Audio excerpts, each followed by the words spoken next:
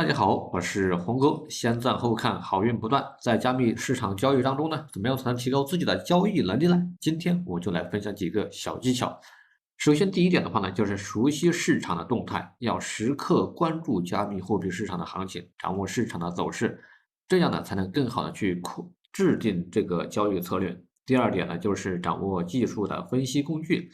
掌握 K 线图、移动平均线的等等等等啊，这个技术分析工具啊，好，也就是我们所说的这个交易系统。那这样的话，才能更准确的去预测市场走势，这样提高这个交易的成功率。第三点的话呢，就是了解市场的这个基本面啊，掌握加密货币的一个基本面的一个知识。这个基本面的知识呢，包括了货币的供应量呀、社区的治理啊、技术升级啊，还有这个社区的活跃度呀。以及项目方的一个团队的一个这个合约度啊等等方面啊，从而更好的去了解市场的动态。那么第四点的话，就是学习交易心理学，掌握交易心理学的知识呢，可以更好的去控制自己的情绪，从而呢避免因情绪呢而产生的这个错误的这个交易。那第五点呢，就是保持谨慎态度。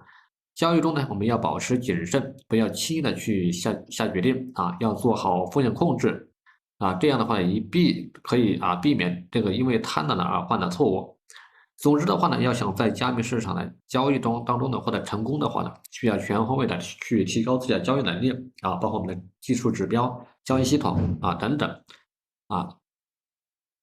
只有通过这样的话呢，我们不断的去学习和总结呢我相信呢一定会在这个加密市场当中呢获得更多的一个成功或更多的一个收益。